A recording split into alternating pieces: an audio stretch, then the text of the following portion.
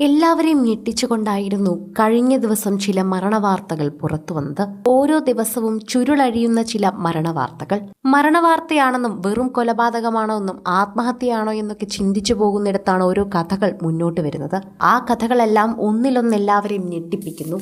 Social മീഡിയയിലടക്കം നിരവധി പേർ ഇതിനെക്കുറിച്ച് ചർച്ച ചെയ്യുന്നുമുണ്ട്. പ്രേക്ഷകർക്കൊക്കെ തന്നെയും അതികഠിനമായി തന്നെ തോന്നുന്ന ഒന്നായി മാറിയിരിക്കുകയാണ് ഇപ്പോൾ അത്. കാട്ടാക്കടയിൽ സ്ത്രീയെയും പുരുഷനെയും ദുരൂഹ സാഹചര്യത്തിൽ മരിച്ച നിലയിൽ കണ്ടെത്തിയ സംഭവത്തിൽ ഇപ്പോൾ അതീവ രഹസ്യവും അതീവ ക്രൂരവുമായ പല വാർത്തകളും പുറത്തുവരികയാണ്. കാട്ടാക്കട കുരുതംകോട് പാലയ്ക്കൽ ഞാറവിള വീട്ടിൽ പ്രമോദും സുഹൃത്ത് പാലയ്ക്കൽ വെട്ടുവിള വീട്ടിൽ റീജയുമാണ് മരിച്ചത്. പ്രമോദിന് 35 വയസ്സും റീജയ്ക്ക് 45 വയസ്സുമായിരുന്നു.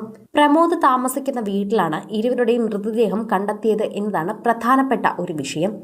ഈ വിഷയത്തെ ചൂണ്ടിക്കാട്ടി തന്നെയാണ് കഴിഞ്ഞ 2 ദിവസത്തിലേറെയായി തന്നെ ചർച്ചകൾ പുരോഗമിക്കുകയും കൊലപാതകത്തിന് പിന്നിലുള്ള കാര്യവും മരണകാരണങ്ങളൊക്കെ തന്നെയും ചർച്ച ചെയ്യുന്നത്.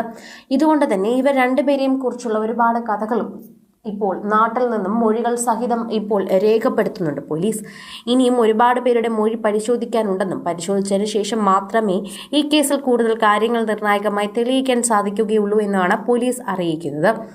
റീജ കയ്യിലും കഴുത്തിലും മുറിവേറ്റ് കട്ടിലിൽ കിടക്കുന്ന രീതിയിലും പ്രമോദ് തൂങ്ങി മരിച്ച നിലയിലുമായിരുന്നു.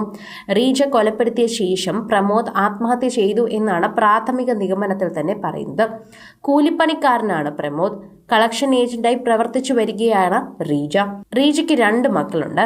റീജയെ കാണാനില്ല എന്ന് കാട്ടാക്കട സ്റ്റേഷനിൽ റീജയുടെ മക്കൾ പരാതി നൽകിയിരുന്നു. ഇതിനെ തുടർന്നുള്ള അന്വേഷണത്തിൽ തന്നെയാണ് ഈ വാർത്തയും ലഭിച്ചത്. ഇതിന്റെ അടിസ്ഥാനത്തിൽ പോലീസ് നടത്തിയ പരിശോധനയിലാണ് ഇരുവരും മരിച്ച നിലയിൽ കണ്ടെത്തിയതെന്ന് പറയുന്നു. ഭർത്താവ് ഉപേക്ഷിച്ച ശേഷം റീജ പ്രമോദിന്റെ വീട്ടിൽ സ്ഥിരമായി എത്താറുണ്ടെന്നാണ് നാട്ടുകാർ നൽകിയ മൊഴി. പോലീസിന്റെ അന്വേഷണ അനുസരിച്ചും ഇത് തന്നെയാണ് ഇപ്പോൾ വരുന്ന മൊഴിയിൽ പറയുന്നത്. ഇവിടെ നിന്നാണ് ആരംഭം. ഇവർ എങ്ങനെയാണ് മരിച്ചതെന്നും ഇനി ആത്മഹത്യ തന്നെയാണോ എന്നുള്ള കാര്യങ്ങളാണ് കൂടുതൽ ചുരുളഴിയാനുള്ളത്. ഭർത്താവിനെ കുറിച്ച് യാതൊരു വിലയിലും ഇപ്പോഴത്തെ കാര്യങ്ങൾ അറിയില്ല. എന്തായാലും പോലീസ് അന്വേഷണത്തിൽ ഭർത്താവിന്റെ കാര്യങ്ങളും അന്വേഷിക്കും, മക്കളുടെ കാര്യങ്ങളും അന്വേഷിക്കും.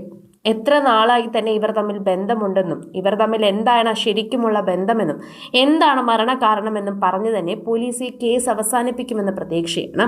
എന്നാൽ 2 മക്കൾക്കാണ് ആരുമില്ലാതെയായി പോയത്. അച്ഛനുമില്ല, അമ്മയും ഇല്ലാത്ത അവസ്ഥ. ആരോട് എന്ത് പറയണമെന്നറിയാതെ നിൽക്കുകയാണ് ഈ 2 മക്കൾ. അവരുടെ അവസ്ഥ കണ്ട് തന്നെയാണ് പോലീസ് കേസ് വേഗം മുന്നോട്ട് നീക്കുന്നത്.